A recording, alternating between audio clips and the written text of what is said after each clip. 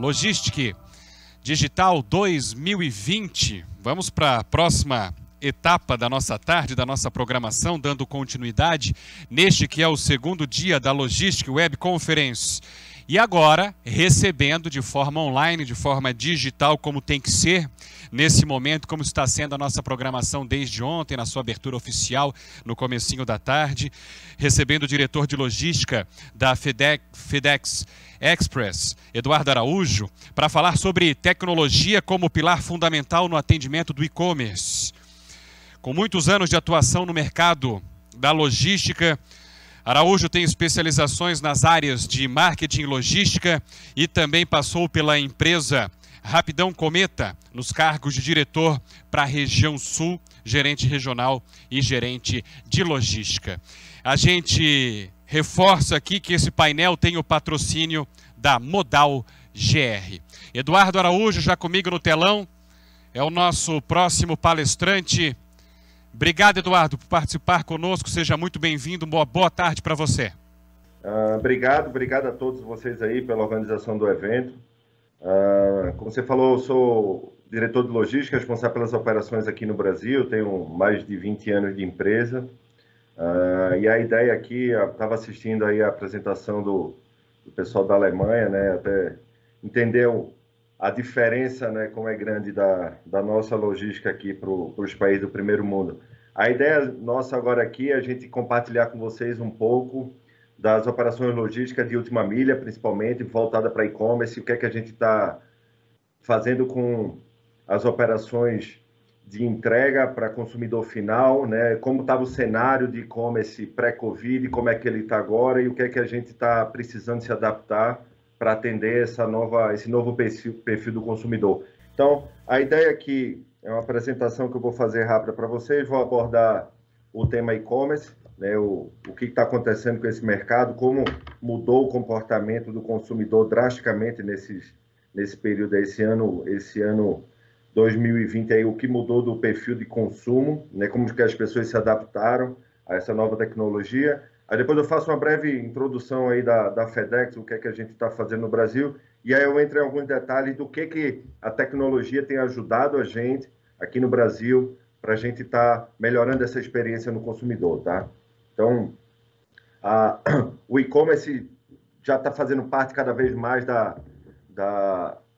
do dia a dia de toda a população brasileira, e a gente vai olhar no detalhe o quanto isso tem impactado, né? Então, quando a gente olha na cadeia toda, a gente tem o vendedor, seja o fabricante, o produtor, o varejista, o marketplace e o consumidor final, e no meio disso estamos nós, operadores logísticos, que temos que trazer cada vez mais eficiência, a melhor experiência para o consumidor final. A ideia aqui é a gente abordar alguns temas, né? Quando a gente fala da expectativa do consumidor final, tem alguns pontos que se sobressaem aqui, né? O primeiro, a gente fala de conveniência, né? O consumidor, cada vez mais, ele quer ter, por exemplo, uma maior visibilidade do seu pedido, da sua compra, né? O tracking, ele quer acompanhar, ele quer saber quando vai receber, ele quer assertividade nesse prazo de entrega, ele quer poder controlar isso daí para a entrega seja efetuada no momento que tem alguém no endereço para receber, e ele quer flexibilidade. Então, esse é um dos pontos que a gente vai abordar bem, né? E muito vem do termo muito usado, né? A uberização, essa possibilidade de você estar acompanhando, estar interagindo com o entregador que está vindo para vocês. Um outro tema bastante relevante, prazo de entrega, e é um tema interessante esse aqui, que a gente vai ver algumas pesquisas que a gente conseguiu buscar aí, onde o quão é relevante a questão de prazo de entrega, principalmente quando está relacionado ao consumidor pagar o frete. É um tema importante, vocês vão ver o quanto, dependendo do perfil do consumidor, isso é mais relevante ou o custo do frete passa a ser mais relevante. O preço, tanto do produto como da entrega, como eu citei anteriormente, né? O consumidor está habituado e cada vez mais fazendo isso, né? Você vê, muitas vezes, antes da Covid, o consumidor ia na loja física fazer uma compra, mas ele chegava na loja e pesquisava pelo celular para ver se pela internet o produto estava mais barato, e dependendo da diferença de preço, ele optava por comprar, no ato lá, que ele já estava na loja física, ou ele voltava para casa e esperava receber o produto alguns dias depois. Um quarto ponto importante, opções de devolução, e mais do que nunca agora, né, onde a quantidade de pessoas experimentando a compra online, né, ela precisa ter essa opção de devolução, porque o consumo, com uma quantidade cada vez maior, passa a ter maior necessidade de devolver, seja porque o consumidor comprou errado ou não se agradou do produto que ele veio. Então, essa facilidade de devolução de compra, ela fica cada vez mais latente, mais importante, está fazendo parte dessa cadeia toda logística aí para operar o e-commerce. E, por último, a parte de sustentabilidade, né? A gente tem visto aí, é um tema que está cada vez mais na mídia, a emissão de CO2, o tamanho de embalagem, né? Recentemente a Apple aí com o lançamento do novo modelo deles, falando em reduzir o tamanho da embalagem. Imagina que um produto que é fabricado na China, que vai para o mundo todo, você reduz pela metade o tamanho da embalagem, quando você coloca isso dentro de uma caixa master que vai no container, vai no avião, isso vai rodar pelo mundo todo, você reduziu pela metade a cubagem disso daí, o quanto isso você consegue trazer de impacto geral na cadeia. Então, a ideia é a gente abordar isso daqui e a gente vai falando um pouco mais para frente, tá? Falando especificamente no Brasil, aqui é uma visão para a gente entender como é que está a população e quem tem acesso online, né? A barra completa mostra o tamanho da população brasileira aí, a gente está entre 205 a 210 milhões de habitantes, e essa barra laranja mostra a quantidade de consumidores online. Aqui, quando a gente fala consumidor online, ainda não estamos falando especificamente da população online, né? Não estamos falando obrigatoriamente que essa parte da população aí que estávamos projetando, né? Chegar em 76% disso em 2023, e certamente isso está antecipando. O online não obrigatoriamente significa dizer que ele estava consumindo, fazendo compra de e-commerce, mas é a população que está conectada. Muitas vezes, e acho que principalmente através de redes sociais e aplicativos de comunicação. Mas isso é a fotografia que mostra o quanto isso vinha crescendo, né? Quando a gente passa para a próxima, aí sim a gente enxerga a população brasileira, que é a barra completa, a população online, que é essa barra cinza intermediária, e uma projeção dos compradores online, né? Isso a gente está olhando do lado esquerdo da barra. Quando a gente olha para o lado direito, a gente mostra como isso está crescendo. Então, a gente está dizendo que, com a base nessas informações que a gente tem buscado dessas pesquisas do mercado, a quantidade não só da população online cresceu, né? E de 18 para 23, que eu diria que esse 23 está muito mais perto de 2020 e 2021 agora, devido ao impacto da Covid. Ela nem cresce tanto a quantidade da população online, mas veja o crescimento, né, de compradores online, né? Ele sai de 41% de participação de um total para 55%, né? Mais de metade da população que está conectada online está fazendo compras online, né? Então, esse é um item extremamente relevante que mostra o quanto o perfil de consumo mudou fortemente, ou tem uma tendência de mudar, isso está sendo antecipado devido ao Covid, né? Aqui a gente faz esse detalhamento, e aí falando especificamente, né, de impacto de Covid, a gente tem alguns números aqui interessantes para compartilhar com vocês, né? A gente pode dizer que a população de consumidores, mais de 40%, né, de consumidores a mais no mercado online, quando a gente compara o primeiro semestre do ano passado com o primeiro semestre de 2020, né? E os heavy users, né, as pessoas que têm o hábito de comprar com maior frequência mensal através de e-commerce, esse aí cresceu mais de 10%. Então, a gente tem uma mistura de comportamento de pessoas que estavam simplesmente conectadas e passaram a comprar, não apenas acessar redes sociais, mas também a comprar online, coisas que não faziam. Era parte da população que só fazia compra em loja física, passaram a comprar, e esse número cresceu muito. e pessoas que já tinham o hábito de comprar com uma certa frequência online passou a comprar muito mais. Então, isso fez com que essa curva crescesse fortemente, né?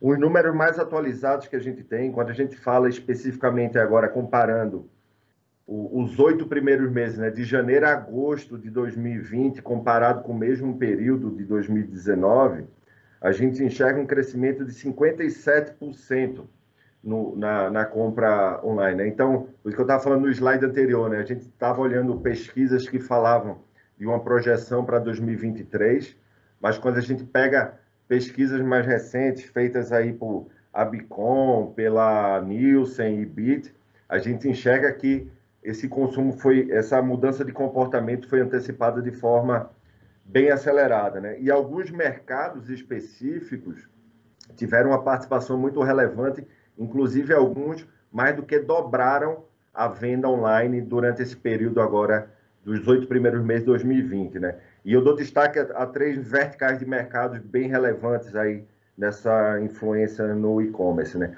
A parte de cosmético e perfumaria, esse deu mais do que 100% de crescimento durante o período.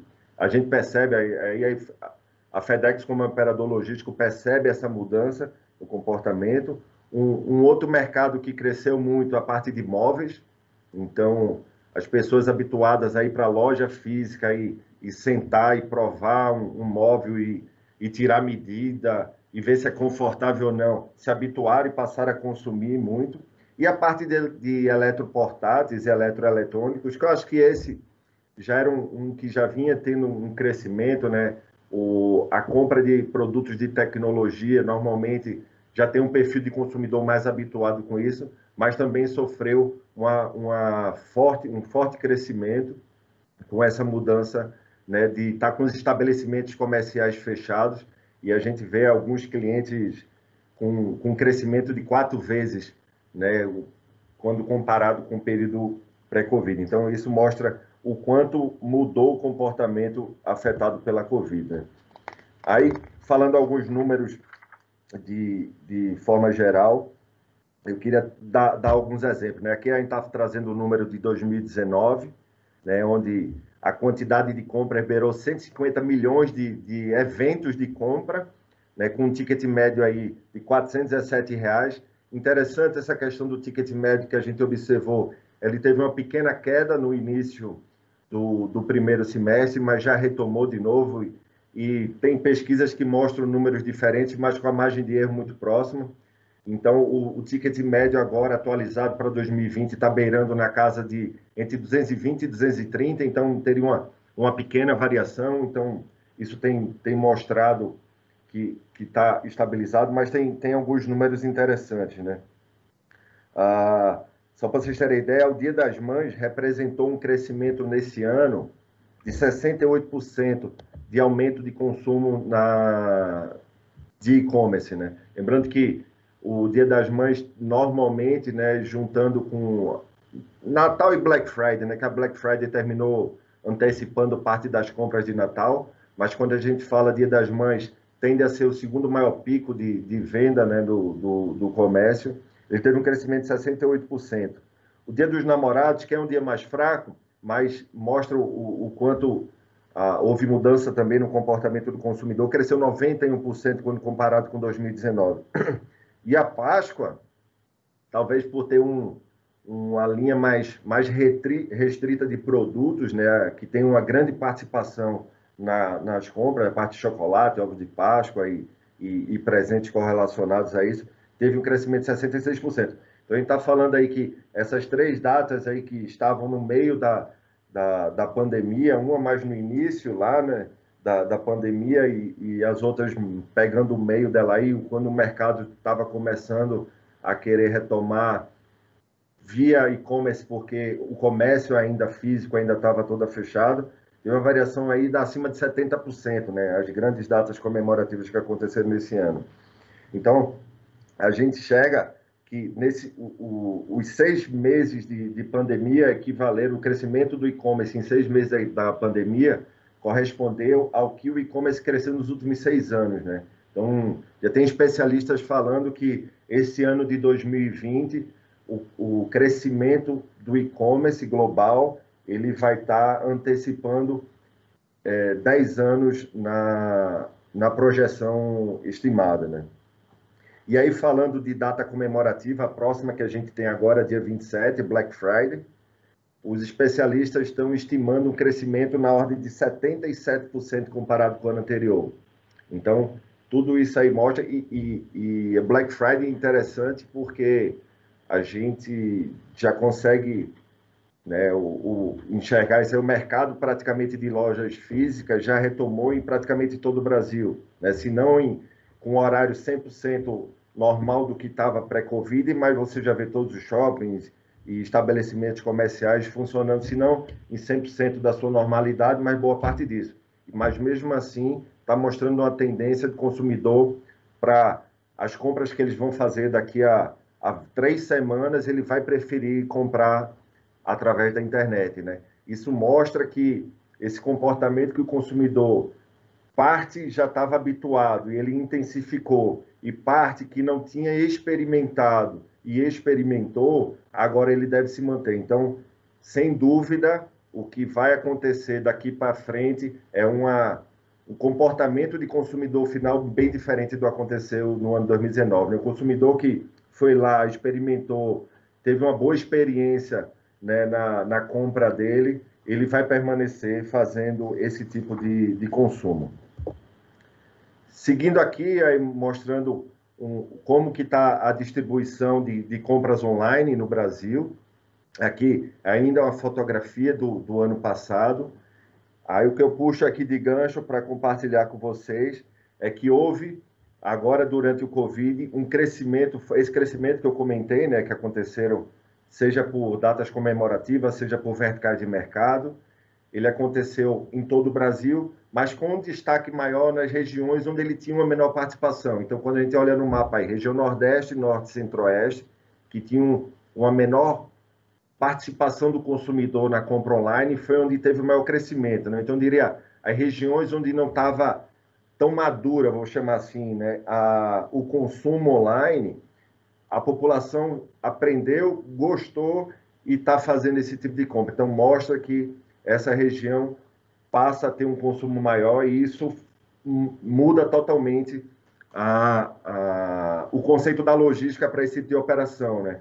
Uma coisa é o grande mercado produtor brasileiro está no Sudeste, na logística você transferir de um grande embarcador para distribuir no varejo da região, você vai lá numa loja e entrega um caminhão cheio, por exemplo, de entregas, e o consumidor vai lá buscar.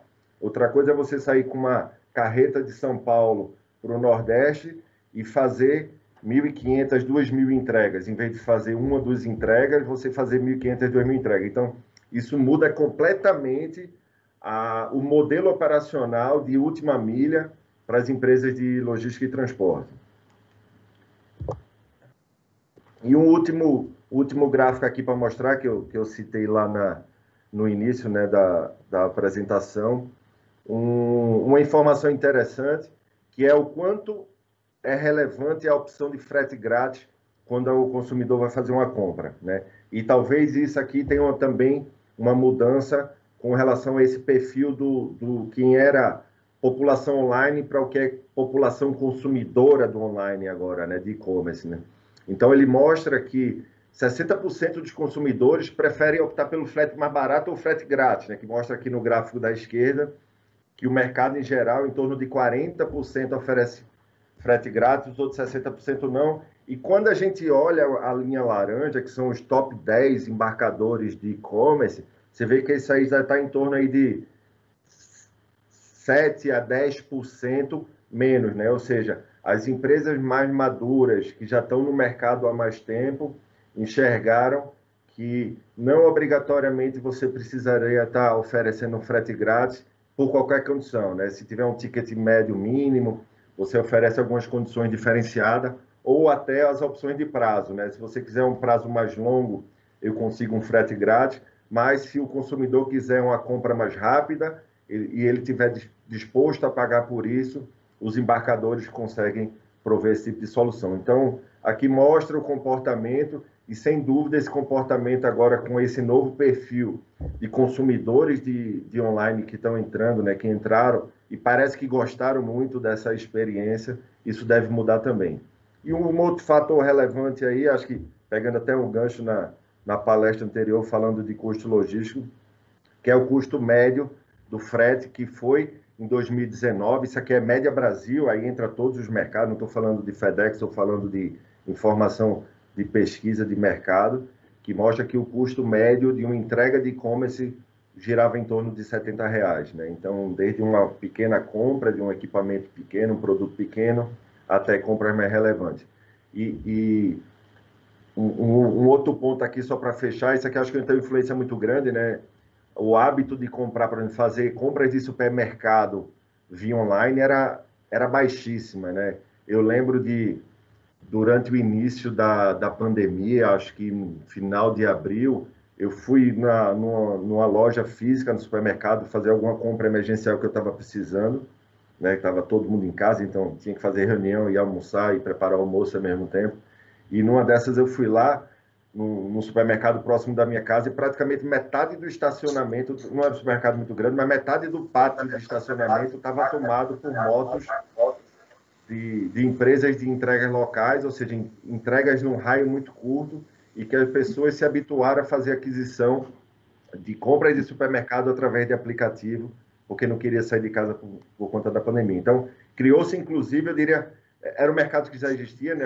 Algumas redes dessas já tinham essa opção de você fazer a compra online e você comprar e retirar na loja ou comprar e receber em casa, mas uma grande parte da população que não tinha esse hábito também adquiriu a fazer esse tipo de aquisição. Então, acho que, para falar de fotografia geral, assim, de como é que está o cenário de e-commerce, principalmente no Brasil, o que é que a gente está vivenciando, o que é que houve de mudança do consumidor, acho que é isso aqui. Aí, passando agora adiante, fala bem rápido aqui de FedEx Brasil e de FedEx Global, e aí eu vou entrar no que é que a tecnologia está ajudando aqui. Então, falando bem rápido, a FedEx Brasil, ela vem de uma aquisição de algumas empresas, adquiriu o Rapidão Cometa em 2012, e houve a aquisição da TNT globalmente, mas que no Brasil tem uma participação grande também em 2016. Então, hoje somos em torno de 13 mil funcionários, temos uma frota de quase 3 mil veículos e 100 filiais aí espalhadas pelo Brasil, operando 5.300 municípios do Brasil, né? De em torno de 5.500, a gente atende 5.300 municípios do Brasil, quase 100% do PIB.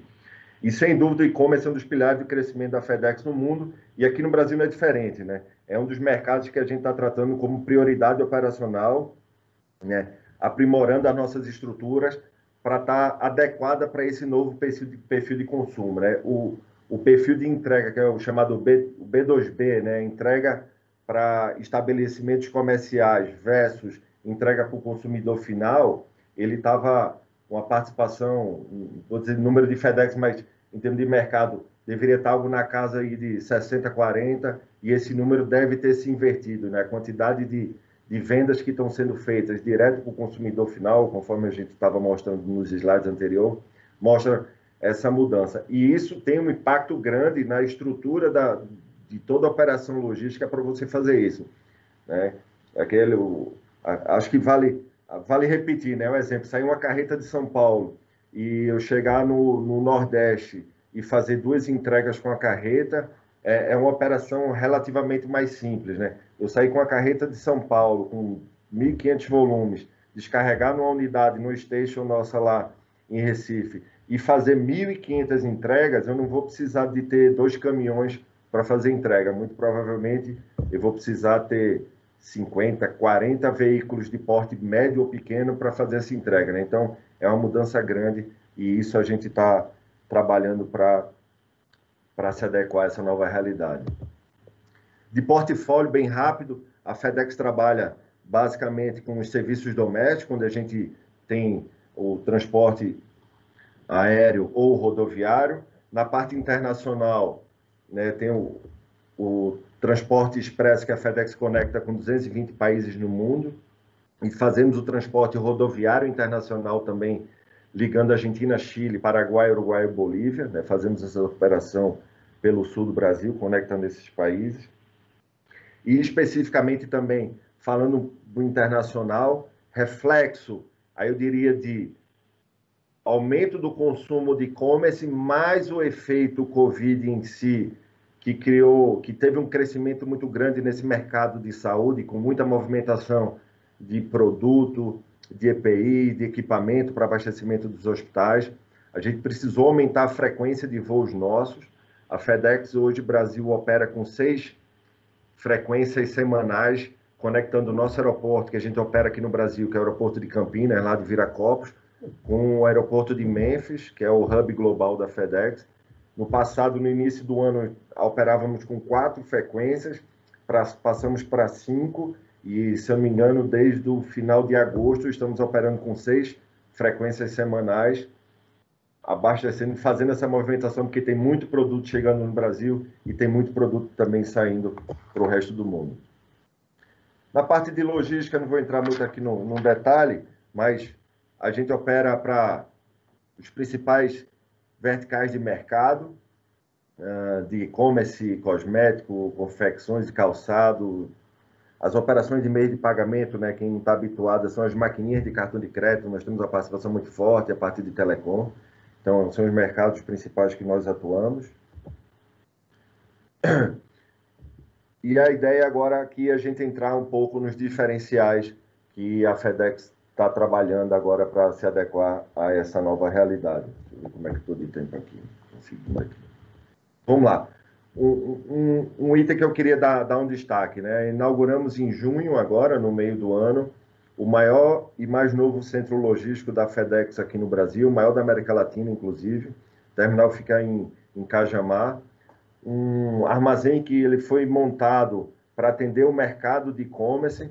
Então, ele tem esteiras transportadoras, mais de 2 quilômetros de esteiras transportadoras, para diversos tipos de perfil de pedido que quando o consumidor pede um único item no pedido, ou quando o consumidor pede mais de um item no pedido. Então, tem diferentes tecnologias para você fazer esse tipo de atendimento. É um armazém que tem mais de 50 mil metros quadrados, com 55 mil posições, endereços, né? Quando falo posições, aí é um misto entre posição pallet ou uma posição BIM, né? Temos 7 andares de mezaninos dentro dessa operação, inclusive mezanino para cargas de alto valor agregado. Então, imagina um mezanino de 4 andares, que ele funciona como se fosse um cofre todo fechado, com controle de acesso, onde a gente consegue dar segurança para produtos de alta liquidez. Então, esse armazém já está operando desde o início de junho, onde a gente começamos com algumas operações lá. Uma outra tecnologia que já estamos em uso aqui no Brasil, implementamos recentemente, é uma nova solução que a gente chama de mobile, né, aqui no Brasil, para a última milha, onde a gente consegue trazer algumas vantagens bem interessantes aqui, que vale tanto para o cliente embarcador quanto para o consumidor final. E entre as vantagens dessa tecnologia, né, aqui tem muito, de novo, né, do termo uberização, né? Tem um tracking do entregador. Então, o consumidor final, a pessoa que fez a compra pela internet, que ele quer saber a hora que o produto dele vai estar chegando, ele consegue ter essa visibilidade, esse tracking. Ele consegue interagir com o entregador, até para tirar alguma dúvida, ou pedir para deixar na portaria, ou pedir para avisar quando chegar que a pessoa vai querer descer na portaria do prédio para receber, inclusive com uma avaliação no final, no conceito 5 estrelas lá, que você vai lá e avalia como foi o atendimento desse entregador para você, né? Então, a gente buscou o que está sendo mais utilizado e mais recomendado para você ter uma boa experiência para o consumidor final, e colocamos dentro dessa tecnologia e já estamos utilizando ela de fato aqui no Brasil em algumas das nossas operações de última milha. Por aí a gente fala lá, que eu citei, né, que o consumidor ele está cada vez mais exigente, então ele quer conforto, ele quer flexibilidade, né, para a entrega de última milha. O que é que a gente fez, né? A gente montamos uma malha onde a gente permite para o consumidor final que ele tenha a opção de escolher. Ele quer que entregue em casa, ele mora num prédio que tem portaria, então a transportadora pode, em qualquer horário, ir lá entregar e deixar na portaria, ou ele mora numa residência que não tem ninguém em horário comercial, não vai ter ninguém para receber. Como é que ele faz nesse caso? Como é que você aumenta a eficiência de entrega? Que é um dos problemas, né? Você vai entregar e ou o endereço está errado, ou não tem ninguém no horário que você foi entregar para receber, e a transportadora volta com esse produto para dentro de casa. Então, o mercado, isso aí, globalmente, está mudando e a gente já enxerga isso daí em algumas localidades aqui no Brasil. Então, tem um conceito de locker, que são aqueles armários inteligentes, onde a transportadora deixa o produto no armário e o consumidor, né, o destinatário final, recebe um código, né, um QR Code, para ele lá naquele locker retirar. E o locker que ele escolheu, que essa é a vantagem, a flexibilidade, ele diz, não entrega na minha casa não, porque eu saio às 6 da manhã e só chego às 10 da noite. Não vai ter ninguém para receber. Deixa naquele locker do endereço tal, que ele consegue enxergar onde é que tem esse endereço, ele recebe esse QR Code e ele vai lá retirar. Então, é uma solução, uma tecnologia que envolve um certo investimento para isso daí, né? Tem as empresas que estão oferecendo essa solução. Uma outra solução parecida com o conceito de locker, mas uma solução que dá muito mais capilaridade, porque o investimento é muito menor, é você usar as redes de varejo, né? As empresas fazem acordo com rede de varejo e você deixa esse pacote seu lá, nessa entrega do consumidor final, nessa localidade. Então, você abre essa opção para o consumidor. Ele diz, não, pode ser uma rede de farmácia, uma rede de supermercado, ou uma rede de postos, qualquer localidade dessa aqui, o operador logístico, o transportador ou o embarcador, né, tem esse convênio, ele habilita essa localidade e permite que o consumidor final opte por retirar numa dessas localidades. Então, o operador transportador deixa nessa localidade, ele vai nessa loja, nesse varejo tradicional e aproveita e faz a retirada do seu produto. Ou a entrega tradicional. A gente tem diversos que a gente chama de estoques avançados, temos em torno de 150 bases dessas espalhadas pelo Brasil todo, né, onde em grandes centros a gente tem uma quantidade maior, por exemplo, na região metropolitana de São Paulo, nós temos 8. Se você for para uma capital já com uma densidade menor, você tem 1 a 2 que atende e divide a região. E aí a gente consegue fazer uma entrega num veículo pequeno ou até numa motocicleta, direto para o consumidor final, num raio mais curto, conseguindo ter um tempo de trânsito menor, né? Então, você consegue dar muito mais velocidade nisso daí. Seguindo aqui, esse ponto retail, né, que está aqui no mapa que eu comentei, que é o ponto, né, do varejo onde vai retirar, nós chamamos internamente na FedEx aqui de ship and get, né, que é um ponto que serve tanto para o consumidor fazer a retirada do produto que ele comprou na internet, ele escolheu deixar naquele estabelecimento comercial, como também até para fazer uma devolução, né? Ele comprou o sapato e o tamanho veio errado, a cor ele não gostou, o consumidor pode ir lá e deixa num ponto desse, e o transportador ele passa diariamente naquele ponto para deixar as novas encomendas ou buscar essas encomendas que foram devolvidas, né? E o interessante disso daqui, como eu comentei, né? Assim, a exigência do consumidor atual fez com que houvesse essa necessidade de adaptação, tanto do embarcador como do operador, né? Não tem mais aquela de eu vou comprar no site e eu vou receber em até X dia na minha casa e a chance de naquele dia não ter ninguém ou ter algum problema e a entrega não acontecer. Hoje tem essa variedade, ele escolhe se quer receber em casa, se ele quer no locker ou se ele quer num ponto do varejo desse que está conveniado e que ele tem a opção direto no site de onde ele está comprando, ele escolher qual o local que ele quer que seja deixada a sua encomenda, né? Então, essa flexibilidade veio por uma exigência, né, da experiência do consumidor. Um outro item que também já estamos utilizando, esse especificamente aqui em São Paulo, é um modelo novo, é uma tecnologia nova desenvolvida aqui no pessoal de São Paulo com o pessoal do Rio Grande do Sul. Eles desenvolveram esse modelo de semi-reboque estabilizado. Qual a diferença desse daqui para o que a gente de vez em quando vê na rua, a moto puxando um carrinho de 2 rodas, né? Esse semi-reboque, ele tem apenas uma roda no meio dele, Então, eu não ando de moto, né? Mas quando você vai falar com os nossos funcionários que estão utilizando esse equipamento, que receberam o treinamento do fabricante, a percepção deles é que dá muito mais estabilidade, né? O veículo passa a ter 3 pontos de contato com o chão e dá muito mais estabilidade. Mas qual é a grande vantagem, né, desse equipamento? Esse modelo daqui, que a gente está utilizando tanto aqui na região de São Paulo quanto de Campinas, ele tem uma capacidade 3 vezes maior de cubagem, né, de espaço físico dentro desse baú. Equivale, só para vocês terem ideia, esse semi-reboque, esse baúzinho aqui, ele tem uma capacidade maior de um veículo popular, do que a mala de um veículo popular. Então, você consegue, com equipamento, com um custo bem mais acessível, com uma mobilidade mais interessante e com uma emissão, foi o último item que eu citei lá na abertura, né?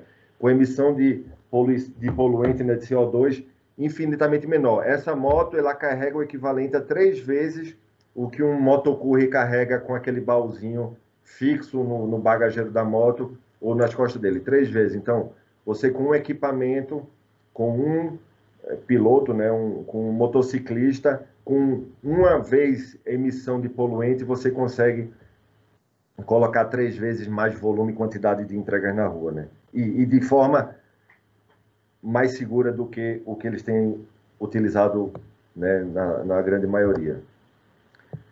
Um outro ponto, uma outra tecnologia que a gente implementou, essa aqui, para mim, isso vai ser um grande diferencial no mercado de trabalho, deve trazer mudanças grandes no mercado de trabalho. O RPA é a automação do processo através de robôs, né? Quem nunca ouviu falar. Isso aqui é basicamente você que tem atividades rotineiras onde você tem, por exemplo, um back-office, você tem uma equipe que todos os dias tem que ir em algum sistema, por exemplo, um ERP, buscar um relatório, jogar para um Excel, transformar isso num dashboard e enviar esse dashboard através de e-mail para um grupo, né, uma lista de e-mails. Você tem que fazer isso rotineiramente, todos os dias ou várias vezes por dia.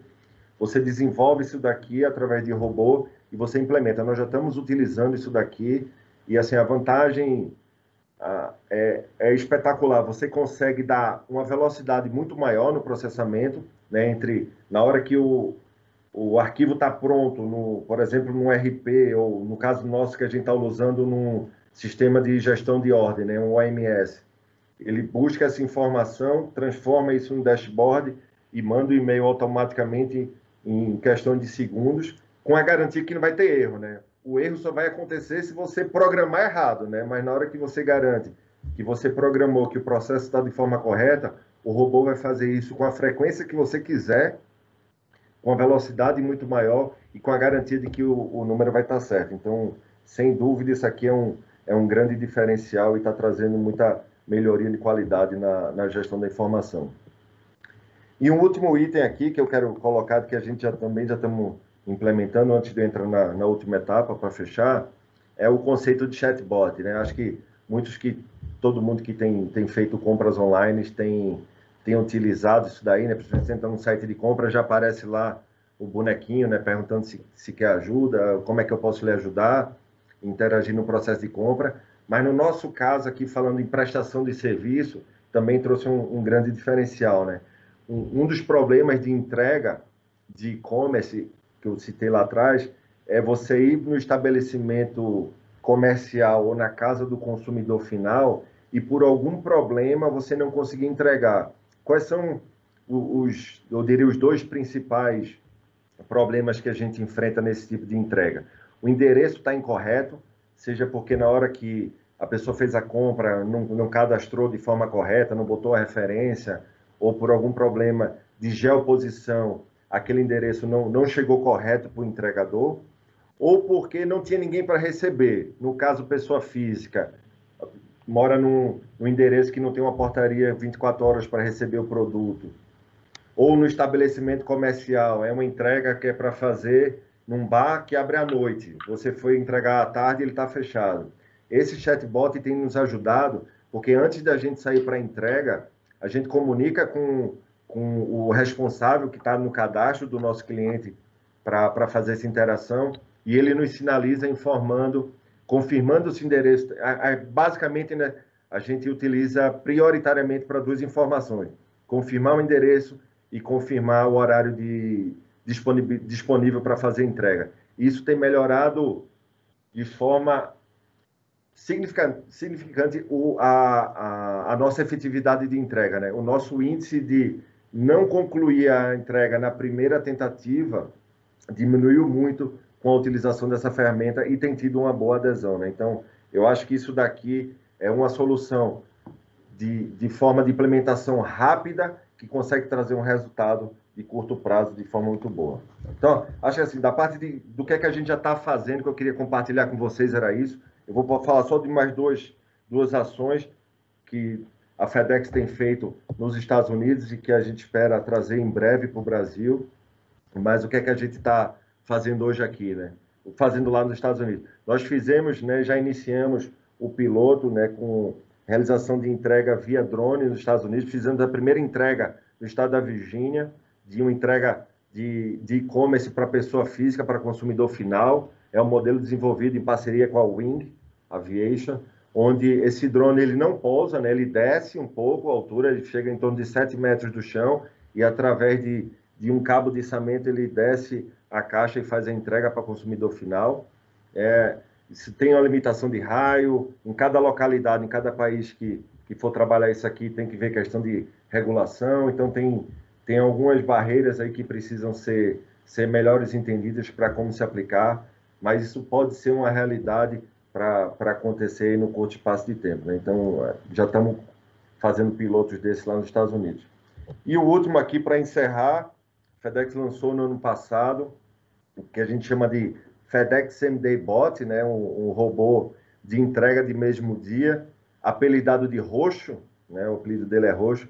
É um robô autônomo, diferente do drone lá, né? Que você tem um controle, mas aqui é um robô autônomo, onde ele vai no endereço de pessoa física, ele faz a entrega, né? Ele reconhece por geoposição qual é o local da entrega e quando a pessoa aparece, ele abre. Isso é uma caixa, né, com porta automática, ele abre e a pessoa retira a sua encomenda. Então, são duas tecnologias bem inovadoras que estamos pilotando nos Estados Unidos, já estamos fazendo alguns testes, entendendo as dificuldades, né, como, por exemplo, subir calçada, descer calçada, se tiver com água, se tiver um buraco, né, como que esses equipamentos, né, seja aéreo, seja terrestre, precisam se adaptar. Então, estamos testando lá e a gente espera, em breve, poder trazer aqui para o Brasil. Era isso, pessoal. Era isso que eu queria compartilhar com vocês. Meu contato está aqui.